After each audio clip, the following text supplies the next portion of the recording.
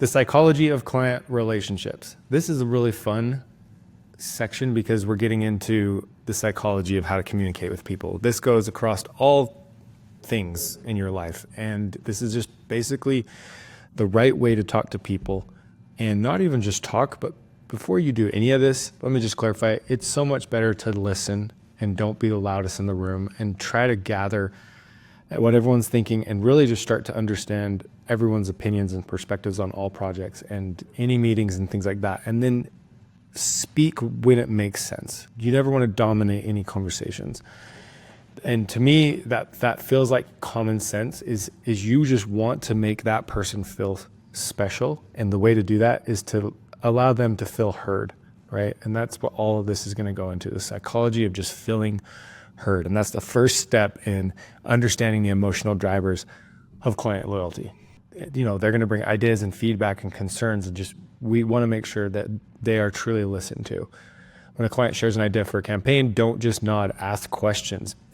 Make them feel like you're engaged and you're listening to what they're saying, and you don't just move on from what they said or not acknowledge it. That's just not right. It's kind of rude. So feeling valued, clients need to feel they are more than just a paycheck, right? So they're paying us.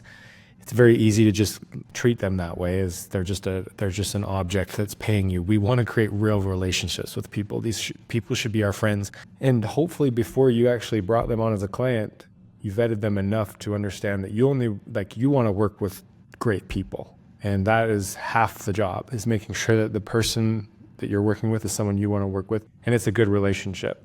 Personal touches like acknowledging their hard work or remembering key details about their business. That's something that I try to do all the time, is like really understand their business and give compliments on their business, on aspects of their business that aren't even a part of what you're doing. They're entrepreneurs, they're humans. They want to be told they're doing a good job. So lean into that a little bit. We want to build trust and dependability.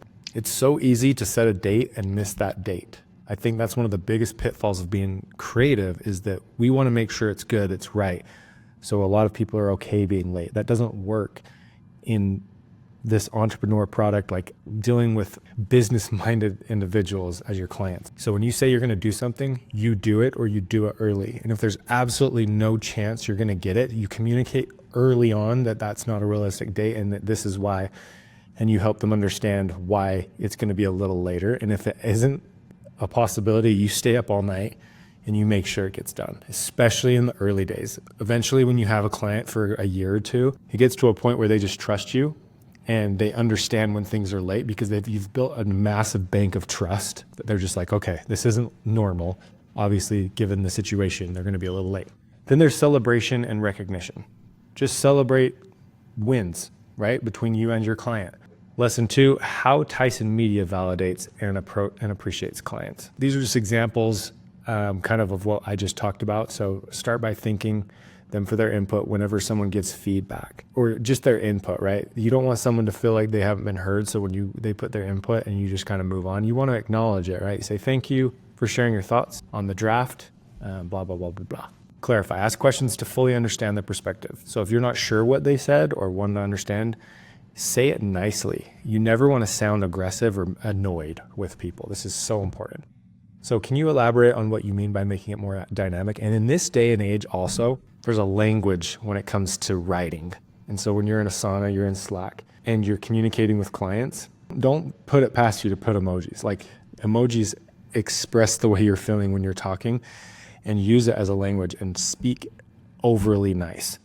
So when you're typing out examples, you're using exclamation points even, just things that make you sound excited and enthusiastic. If I could go back to the beginning of this video, I'd say that's so important, is to start or to make sure you sound enthusiastic in your messages that you write, and not a robot. It's very thoughtful. It's very human. If you actually do disagree with something they say, you politely say something like, I see how that change could make the visuals more engaging. So you're acknowledging it. Let's explore it further. Let's talk more about it. Let's find out if this is the right option. So let's look at a version that looks like that. So just making sure that you're not just shutting things down, but you're really helping them understand that you're in this with them. And honestly, a lot of the times you'll find that their feedback is better. And that's a huge piece of filmmaking, is just disconnecting yourself from feedback and notes and just accepting them. So personalized interactions, Avoid cookie cutter emails. Even when you're sending things like an invoice, it's very easy to be like, hi, here's my invoice. If you have any questions or concerns, please let me know. Thanks. Boring. If you just got through the holidays, happy holidays, everyone. Thanks so much for the last month. It's been so much fun. Congratulate them on some wins. If, hope you enjoyed this weekend. Here's this, like, just making it personal and for them and relevant with the times. Be transparent and proactive. Address potential concerns before they arise. Obviously, the last few sections we've talked about this. If you foresee something happening that's going to be bad, get ahead of it as early as possible. Don't delay and immediately offer solutions. Like, don't just come with, hey, this is a problem. Like, hey, here's a problem and here's what I think we can do to fix it or make it better. Show appreciation. Send thank you emails, handwritten notes, or even small gifts after a project milestone. This goes a super long way and it can be so easy. Send a thank you email. This digital age, that's like the best option. And if it really gets personal, handwritten notes, small gifts, those can go a long way. All this stuff is just really just how to be a good human being and making other people feel special. And that's what we want to do in all business, is just making the other person across the table feel like they are important. That's the best way to nurture relationships. Lesson 3, building trust through empathy and action. Trust isn't built overnight, and then, man, it can be ruined in a second. So like I said at the beginning of this, it can take a year or two to build the trust to where you're really in. And so be patient and understand that you've got to grind for a while to really make them trust you and get to the point where they don't want to work with anyone else because they trust you. So it takes time. Empathy and communication. Try to see the situation from the client's perspective. So if they're stressed out, really make them feel at ease at why you're going to make it better. Always do what you say.